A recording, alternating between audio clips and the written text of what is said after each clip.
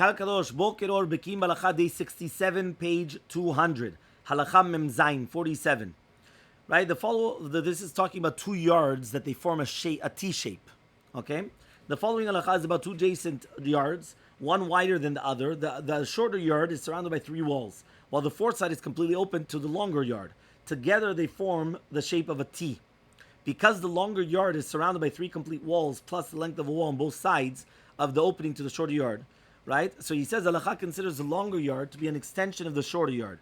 For from the perspective of those inside the shorter yard, it is not all separated from the longer yard. No wall separates the shorter yard from the longer one.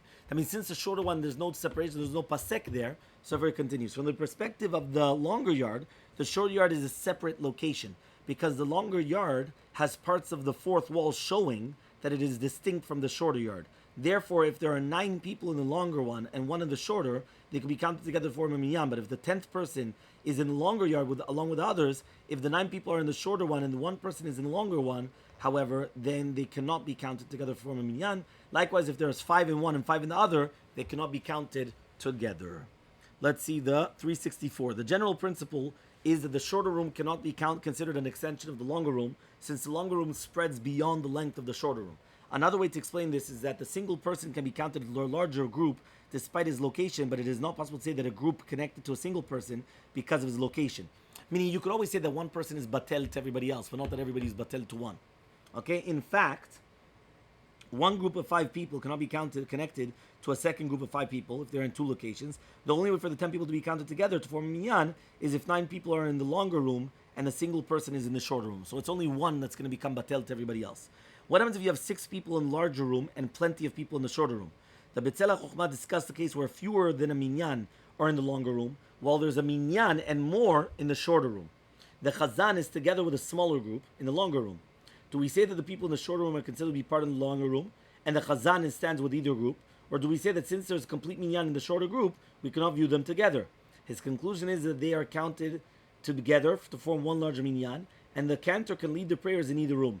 If the cantor would be with the minyan in the shorter room, then even if the people in the longer room would not be together with the others, the cantor could still pray on behalf, and they may respond to the prayers as explained above in Halacha 50 and 51, as explained.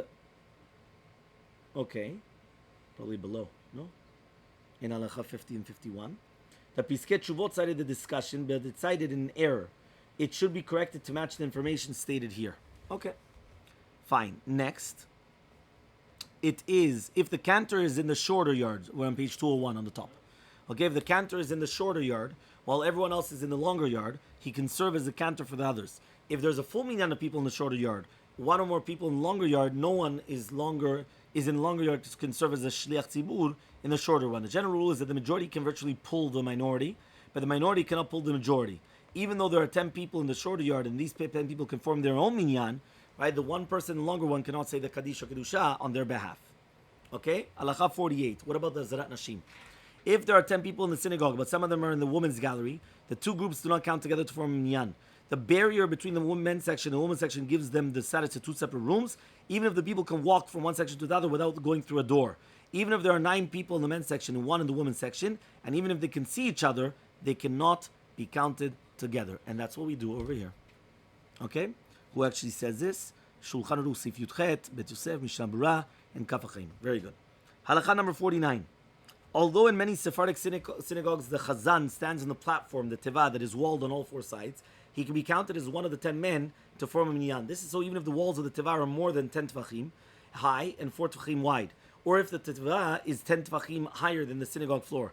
The teva of a synagogue is considered part of the synagogue and is not considered a separate room despite its walls.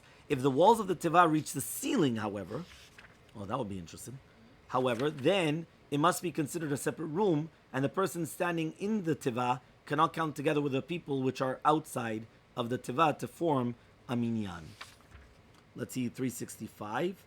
Even though the chazan must be within the congregation for whom he leads the prayers, his standing at the teva does not contradict this being part of the congregation. Any other person standing at the teva certainly can be counted as part of the minyan. Say the Mishnah Berurah. 366. If it goes all the way to the top, right? Meaning the teva synagogue is considered part of the synagogue. Despite its walls. So he says the Kaf HaChaim Sofer ruled that if there are 9 people standing at the teva and 1 person somewhere else, they always also could be counted as part of the minyan. The Achronim disagreed. However, cited the addition of Mishnah Berurah. 367. Although the language of the Shulchan Aruch suggests that this is the opinion of a solitary posek, it is actually a unanimous ruling. This is the standard language used in the Shulchan Aruch when halacha is found explicitly only in one source. Okay? Halakha, that means if it goes all the way to the top. I've never seen such a thing, but just in case it would, right, you have it over there. Fine. Halakha number 50. Once there are 10 people in one place, and they say Kaddish or Kedusha, anyone who hears them, wherever he may be, may respond amen. And Yeshem and Aban, the appropriate response to Kaddish, Kedusha, and Berechu. This applies even if the person is quite distant away or in a different building altogether. As long as the Shekhinah is present with the 10 people, right, no physical barrier can prevent anyone else from joining their prayers. If there's a non-Jew or filth between them, see Halakha 52. So, 368. This is an exact translation of the Shulchan Aruch, and it suggests that the people who are not physically present with the minyan are permitted to respond to the prayers, but they're not obligated to respond. In fact, the Or Letzion ruled if someone hears Kaddish or Kedusha from minyan in another room, he's not obligated to answer at all. Nevertheless, it is commendable to answer amen every single time. This is a ruling based upon the Torah Chaim and other Achronim. The Tefillah Kilchata added that this is likewise the opinion of Eliashiv, but there are authorities who deduced from the Ben Ish Chai that his opinion is that you're obligated to respond. The Piskei Tshuva recited, right, the response of the Shevet HaLevi and other Achronim who ruled that if a person's Torah study would be disturbed because he needs to interrupt, he does not need to respond. And that's what happens by us. Here we could be learning, and if it's bothering us that we're going to start answering every single time Kaddish and Kedusha and all those things, we don't answer. We just continue.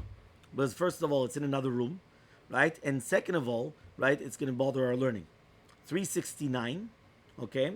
The Mishnah Berurah added that although this individual is not situated together with the minyan, he can still fulfill the prayer obligations by listening to the chazan, just like those who are located in the minyan.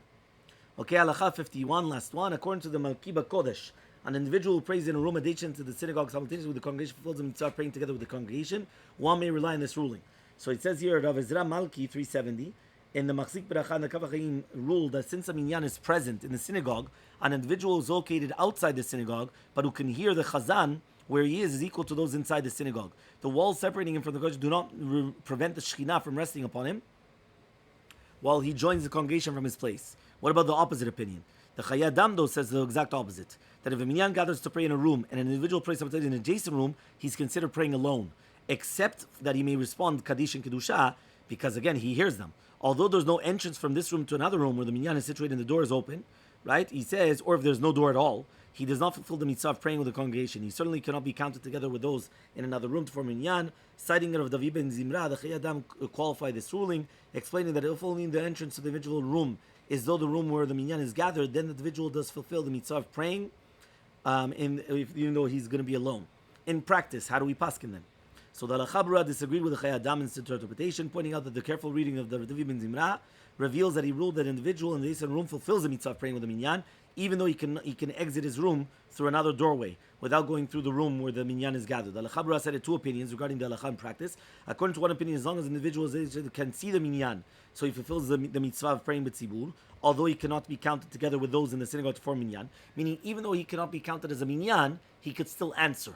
And he's also considered part of, meaning he's praying b'tzibur. According to other poskim, he fulfills the mitzvah even if he cannot see them. The second opinion is likewise the opinion of the Aruch HaShulchan and Chazon Ish, right? Their ruling applies even if the adjacent room has a door leading outside. The Piskei Tshuva wrote that although a number of poskim concurred with the ruling of the Bekiim Bahalacha, it is far from being ideal, right, for fulfilling the mitzvah. This is because the Mishnah Berurah said the Chayei Adam and the David ben Zimra, the Bekiim Bahalacha also specifically for an individual who's praying in a room designated for prayer and Torah study, but not for people who are just stam are praying for no other reason, just stam, like why don't you go inside there? These arguments, however, are not valid. As mentioned above, the ruling of the David ben Zimra does not necessarily contradict the Bekiim Bahalacha. Furthermore, the Bekiim Bahalacha instructed us to make sure that a prayer in a place designated for prayer for the sake of mitzvah is praying in the synagogue, but he did not mean that one must be in such a place to fulfill the mitzvah praying together with the congregation. Therefore, if one prays in a room adjacent to the synagogue or the women's gallery, while there's a minyan praying in the synagogue, he fulfills the mitzvah praying with the congregation. His only limitation is that it cannot be counted to part of the minyan. Right? And if the room where he prays is designated for prayer and Torah study, he does fulfill the mitzvah also as well. Of one